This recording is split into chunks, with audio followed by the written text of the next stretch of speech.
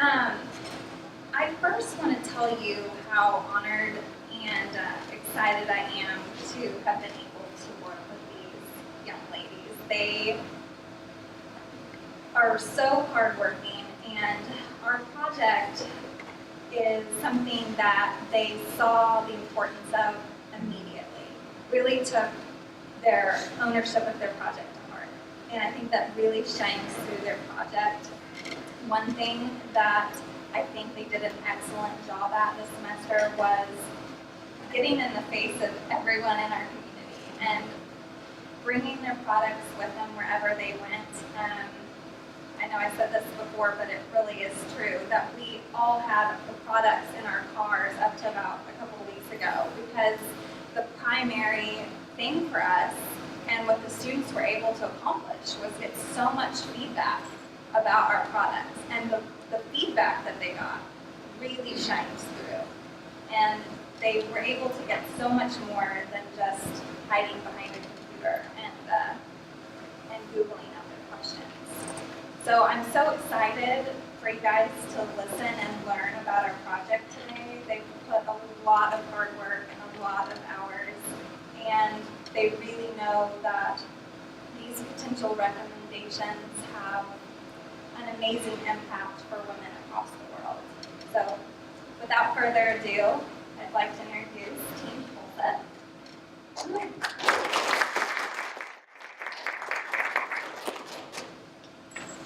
Imagine for a moment that you're a woman living in a town that's being torn apart by violence.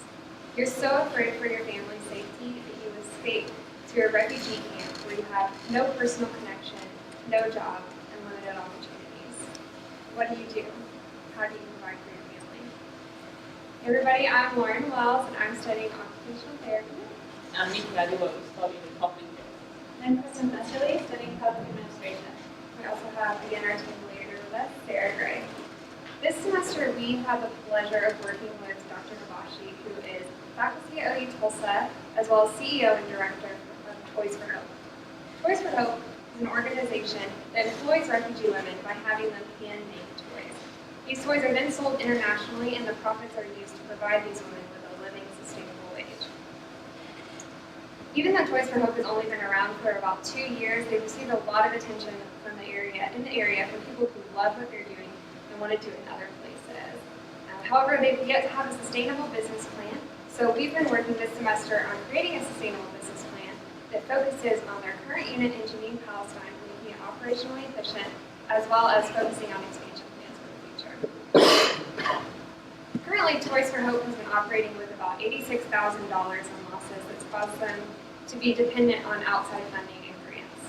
They've also received a lot of attention from outside organizations who want to replicate their model in other places, but they've been unable to do so due to a lack of an expansion plan as well as a high financial risk.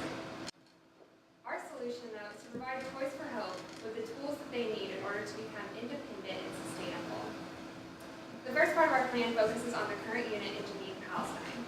We want them to really focus on becoming operationally efficient with their production as well as their product mix, and to focus on the 3 distribution channels we've identified, as well as marketing.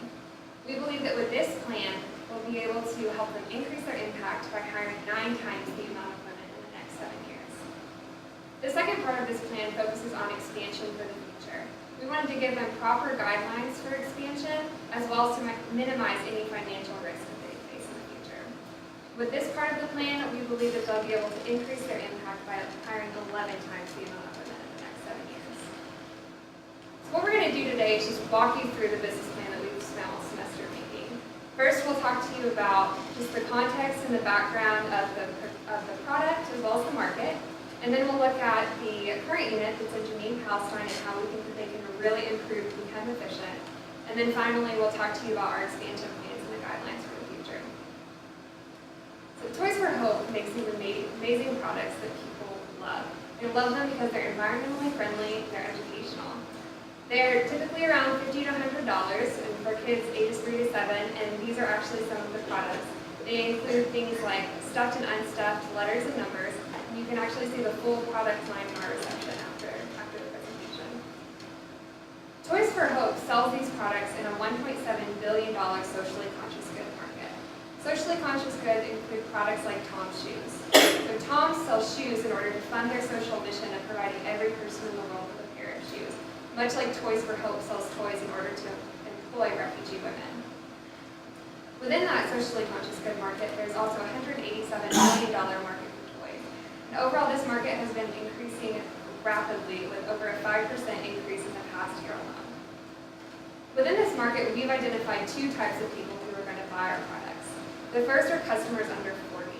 We already know that they have purchased a majority of socially conscious goods and that more than half of them are willing to pay more for a good that's socially conscious. The second are baby boomers and grandparents. They've been increasing their spending on their grandchildren and toys, and now they purchase over 40% of toys, as well as consistently being a major contributor to nonprofits. So now I'm going to pass it off to Mika, who will tell you how we think we can be competitive. Thanks, Lauren. We have identified 3 specific categories in which toys for hope can go. These categories are the generic toys, social conscious goods, and also online things. We know, based on our research, that the top 3 social conscious reasons people go for products is if it ensures environmental sustainability, improves education, and also eradicates poverty.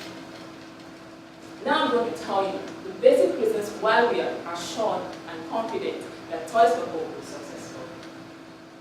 The social impact made. These toys are handmade. The prices are within a competitive range. These products are eco-friendly because we use recycled and surplus materials that would have been used as landfills.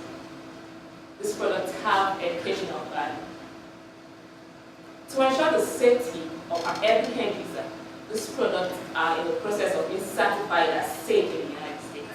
We know that this certification will aid being picked up by a major importer and also fulfill the goal of being in every household nationwide.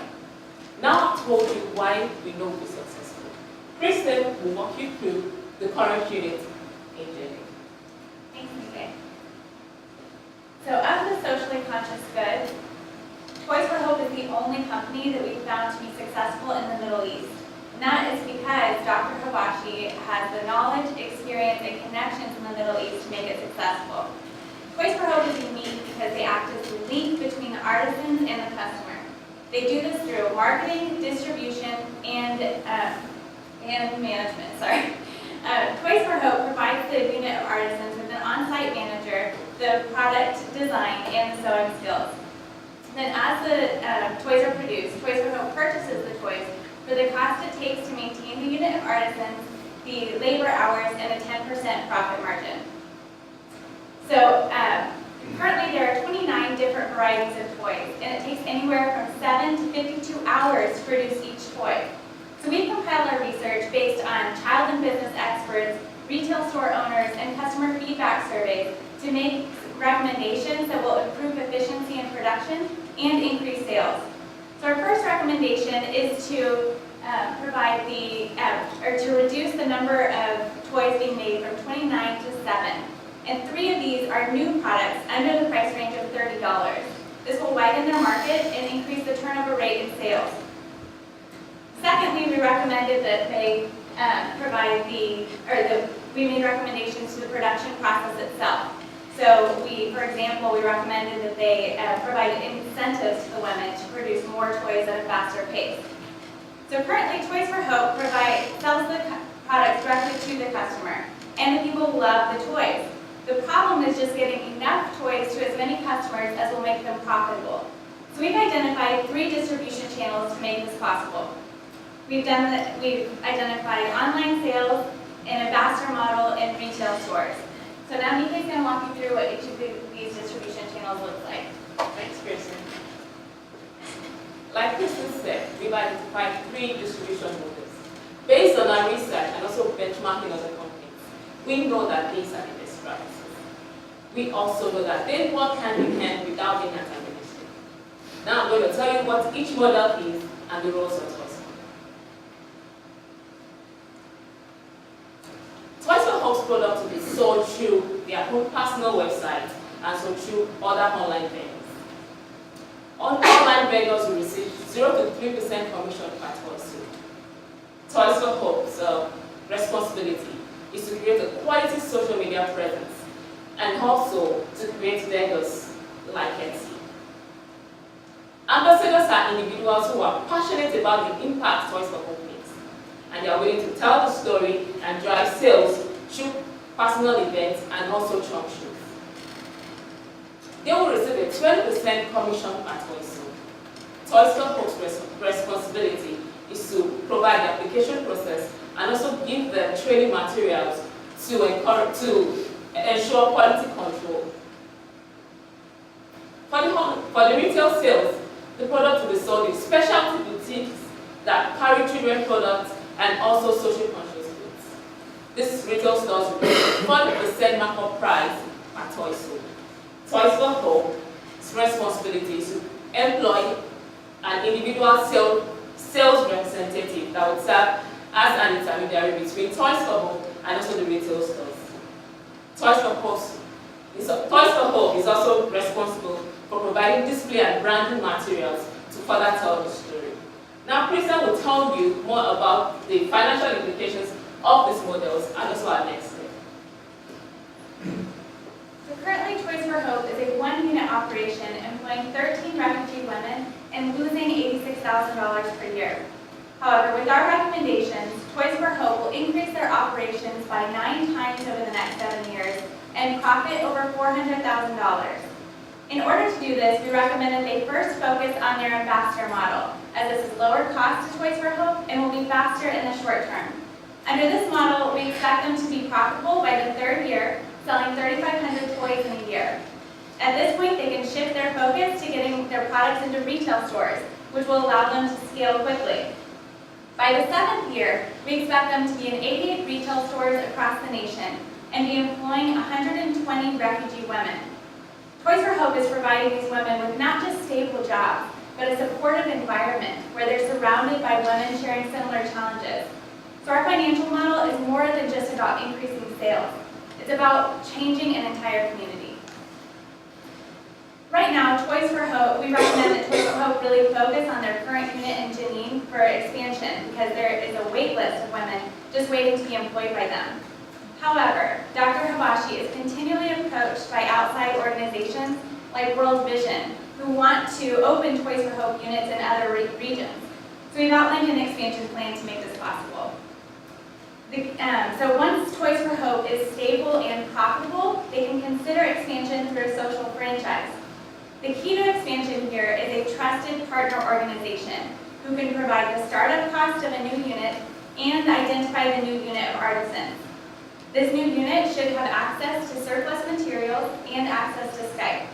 In addition, the partner organization should provide ongoing marketing and promotion of Toys for Hope products to their customer base.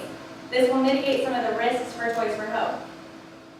Just like our current business model, Toys for Hope provides the new unit of artisans with an on-site manager and the product design and sewing skills. Then as they are produced, the toys are distributed to the customer. So expansion comes with higher cost and higher risk. However, we've outlined the critical elements to mitigate these risks and that will actually prove to be profitable for Toys for Hope.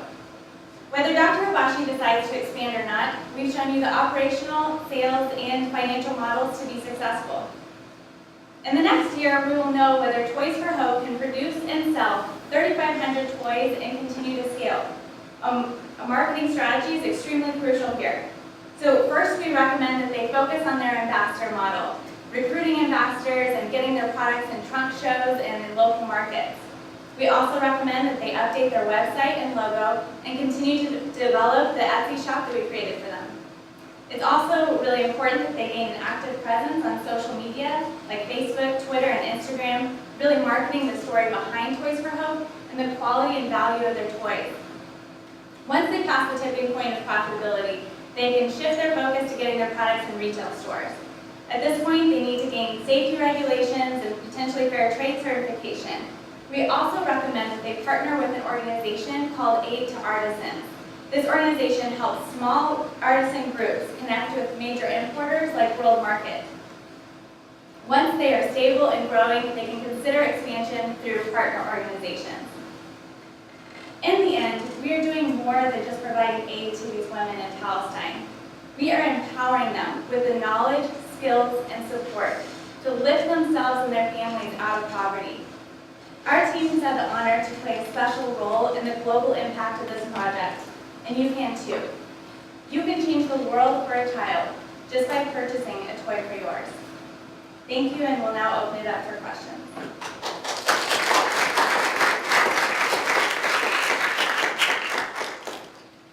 Yes. So, if they sell all their toys, is the problem really more about production? Okay, so the question is, Are they actually selling everything they're making?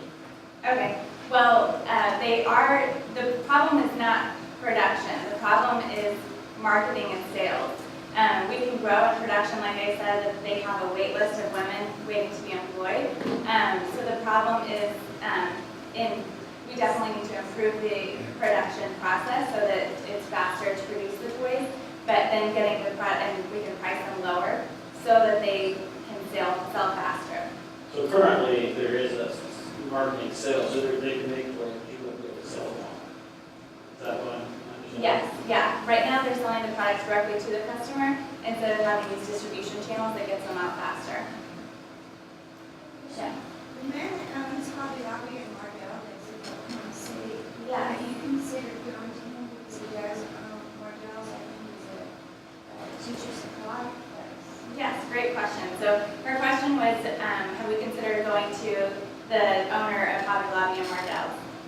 I don't think we considered Hobby Lobby specifically, but right now we want them to focus on different trunk shows and the smaller parts of it first. And then we generate sales through those distribution avenues, we can get to larger retailers. But larger retailers is the ultimate goal. Is there a patent for it, so that, how does it work that somebody doesn't copy the idea? I'm just curious. Yes, well, the question is there a patent or how do we keep from someone else copying the idea?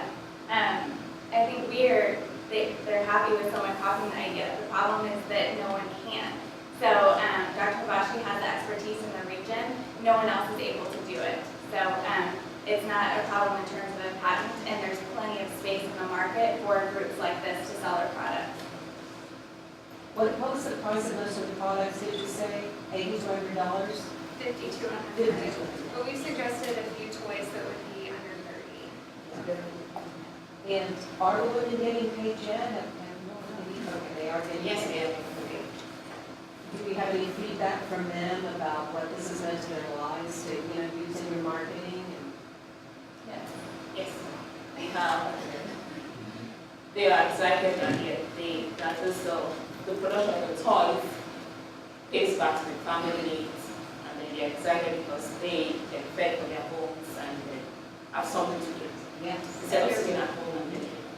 And you're right on there. The marketing strategy does need to surround those stories and talking about how that's affecting these women. So that's part of our recommendation. Yes. Are the women employed only to physically make the toys, or is there a management structure where some of them are overseeing other women who are making toys, or? Yes, the question is there a management structure or are the women hired strictly to produce the toys themselves? There is an on-site manager that oversees the women, but the majority of the women in the camp are actually making the toys. So the managers are coming from outside those communities? Yes. It's not really a question. As someone who's purchased one of them, you're really First. great. Oh, great. You'll look forward to seeing them. You're wonderful. Yes. Who designs the toys that the women who make them, or they get them out of set things to make them? Yeah, so the question is there a designer behind the toys? And there is a designer that Toys for Hope uses, and the women are given a pattern to produce the toys. They are unique because they use surplus materials, so they vary in colors, and they're hand stitched. So, but they have a designer.